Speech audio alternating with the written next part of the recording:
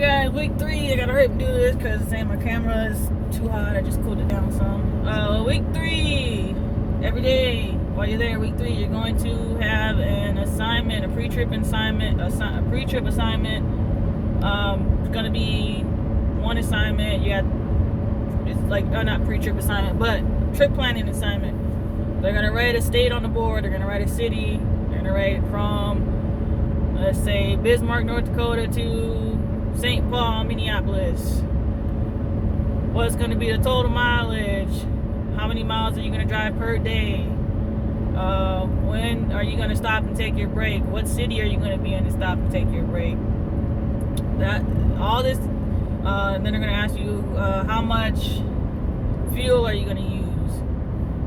And that's going to go every day because they want you to get that down, I guess, in case if a GPS decides to go down and you have to do it manually. You're gonna have to know that. It's a little difficult, but for the most part, you'll get it. After that, you go out to the range every day. You practice on the range. It's pretty much range and road for the full last week. Range and roads, besides the one assignment every morning about the trip planning. They'll ask you how many days it'll take to get there, or how many hours it'll take to get there.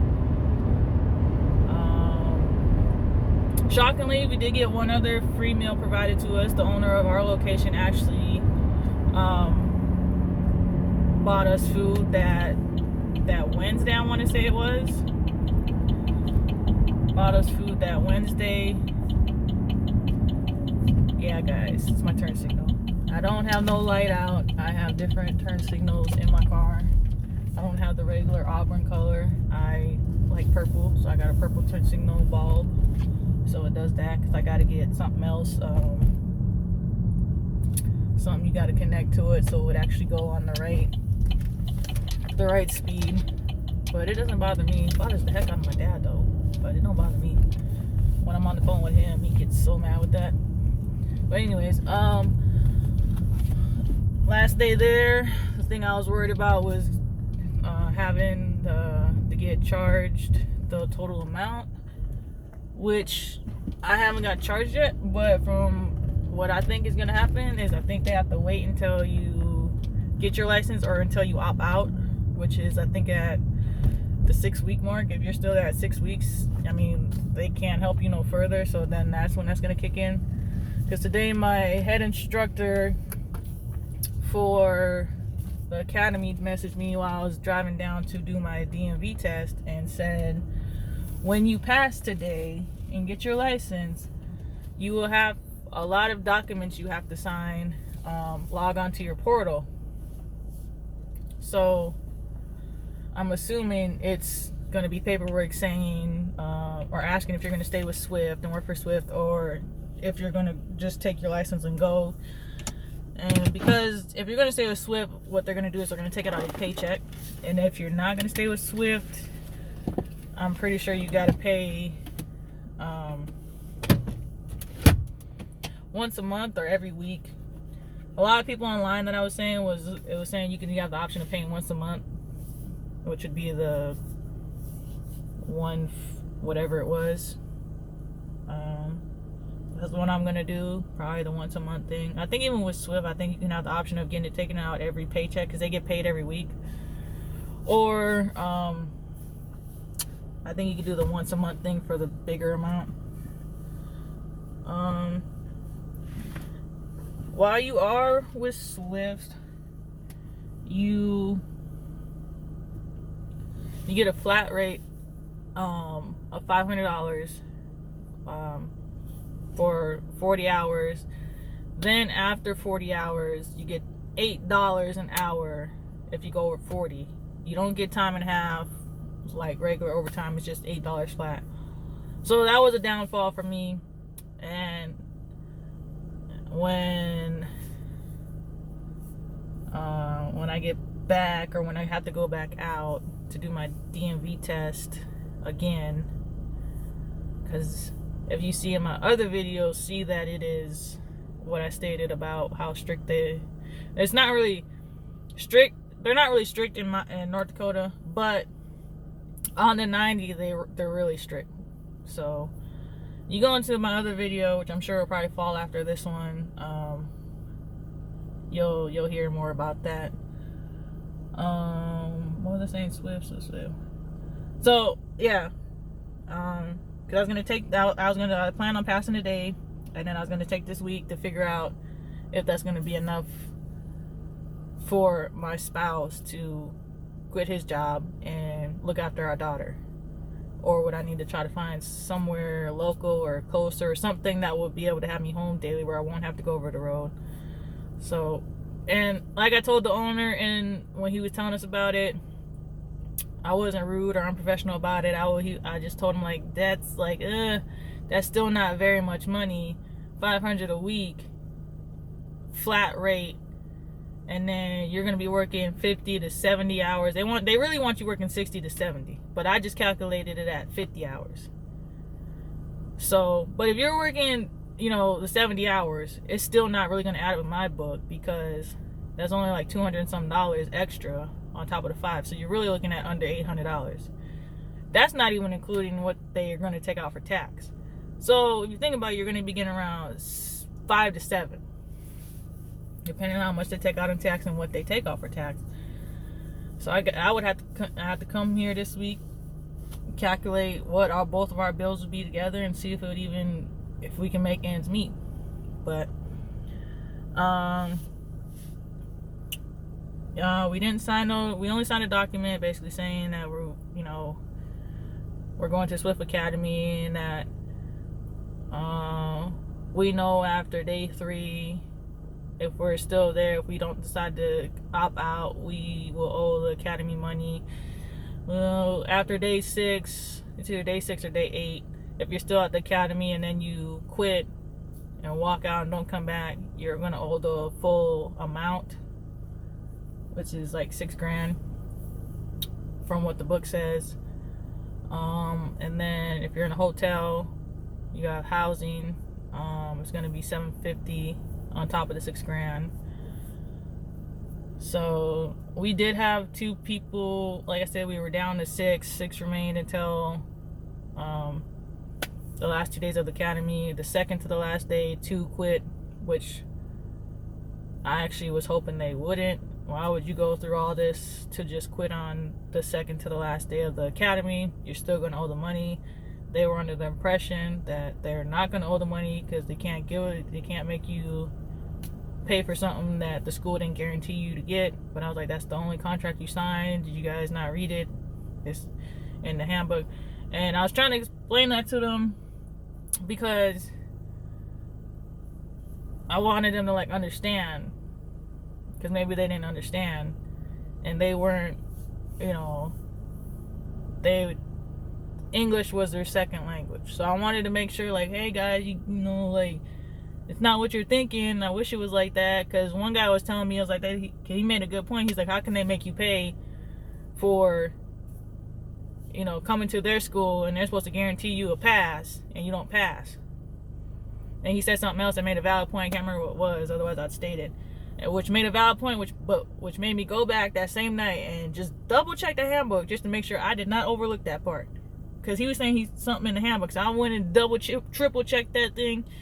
And I went back the next day and told him, I was like, no, it's not. That's not in the handbook. I was like, but if you leave now, you're gonna owe the full amount. And I ran it by my spouse and ran it by another instructor, and it's kind of crazy that they both said the same thing. They was like, well, that's stupid.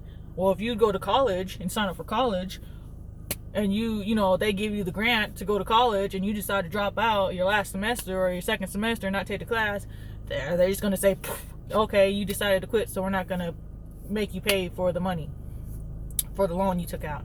I said no. I said, okay, then it's the same thing.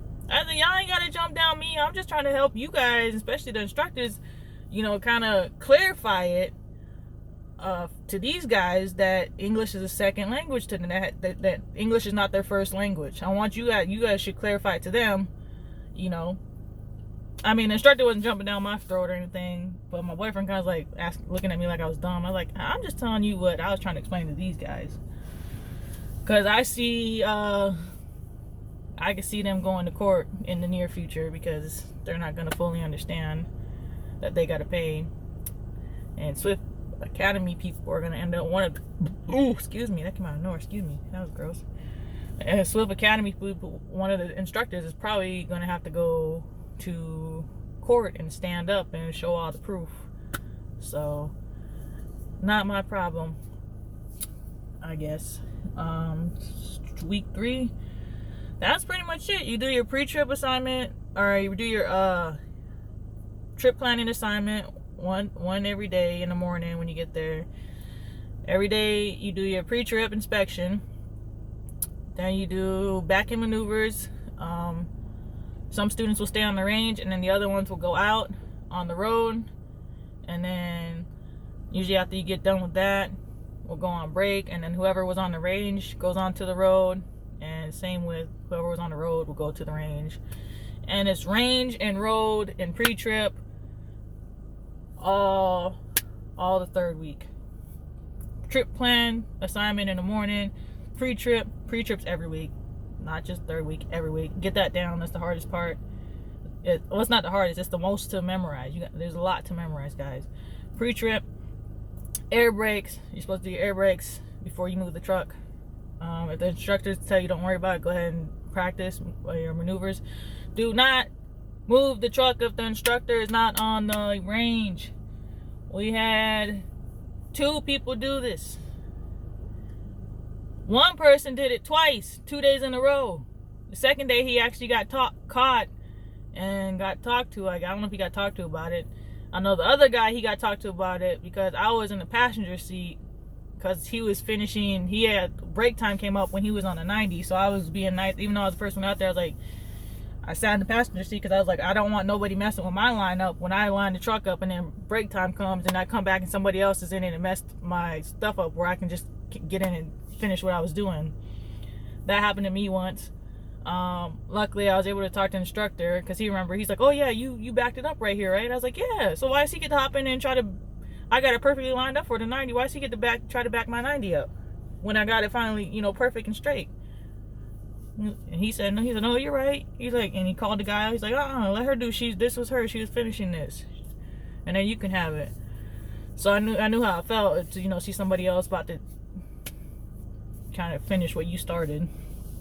I told the guy not to move the truck. I said, we ain't got no instructor out here. He was like, oh well. He said the instructor's late. I need to get my practice in. What do you think I should do? I said, I don't think you should move the truck. He still said whatever. I was debating on getting out or sitting in there, and I was like, screw it, I'm just gonna sit in here and see what happens, I guess. So I sat in the passenger seat, and I told the guy not to move it. It's on camera because they got cameras in there. I said, I don't think you should move it. I'm not gonna tell a grown-ass man something.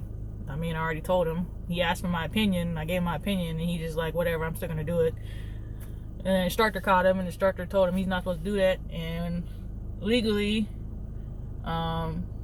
it's against the law for students to move the trucks on the range in any way, shape, or form without an instructor present. That's what he told him. He was nice about it, but so guys, don't move, because they might not be nice, because I'm sure at some point or another they're going to be tired of telling these same grown folks, students, the same thing. They told us that on day 1. The number 1 rule on the range: do not move the truck while there's no instructor out there. Number 2 rule on the range: there's not to be no more than 5 miles per hour on the range. Those are the only 2 rules. Well, 3rd rule is the cell phone stuff, but we have to turn our cell phones in. That's it for week 3. I think I mentioned about the food. Maybe I didn't. If I didn't, the 3rd week we got a nice surprise. The owner of the company actually came up and talked to us. He showed us a short clip of it was a guy who was closing his doors, and one of his chains that was holding the door snapped because it was so windy, and it came back the door came flying back. I don't know if you're from the north, like North Dakota or South Dakota, where we got these high behind winds, but it came flying, and the dude got directly faced, just boom, and he was out. Like, he fell to the ground just straight. I was like, is he dead? I was like, that hit him head on. Like, as soon as he got that door locked, right, and he turned, he's like, all right, I'm gonna walk over here. As he turns to walk over here, the door is coming, boom, and the door hit him like this. So his whole body was facing this way, and the door came this way. He didn't have enough time to see it, and it knocked him, so he fell straight back. Straight back. He didn't move the rest of the video, and then the video got cut. So that's why I was like, did he die? Did his family get life insurance from the company? What was the point of this video besides us watching, showing a guy getting knocked out by a door from the wind? That's the point, was to use bungee cords. Make sure you have bungee straps. And I guess to make sure, I don't know, I guess you can get out of the way fast. I really didn't understand the point of that video. Just, I guess it's a cautious video. Just everybody be cautious. But anyway, so owner paid for our lunch for our last one of the days on our last week, which was nice. We got to order subs. It was a choice between a sub and a salad. You got to cross out what you didn't want on the sub, and then whatever you wanted on the sub, just leave without a cross, so they know to tell them to put it on there. So that was nice. I don't know if every area does that, or if our owner just our branch just does it that we were training at, or if it was just a one-time thing. I don't know. I think I covered the 5 flat rate. Yeah, I did that. The mentor, you get a choice of what mentor you want. I did that. I think that's pretty much it for week 3 was simple. So road and range, pre-trip, stress pre-trip, day stress pre-trip, because it is a lot. I actually found the app that I was actually studying. It goes through all the parts. And I actually started writing down from the pre-trip guidebook that they give you, or paperwork they give you. It's like 5 sheets front and back. I started writing down how I check it. So, because on there, on one of theirs, it says like oil dipstick, and then the next one is drive shaft or steer shaft or something like that. And that's not how the order and how I do it, because I go top to bottom. So from the top on that driver's side, it'll be coolant reservoir.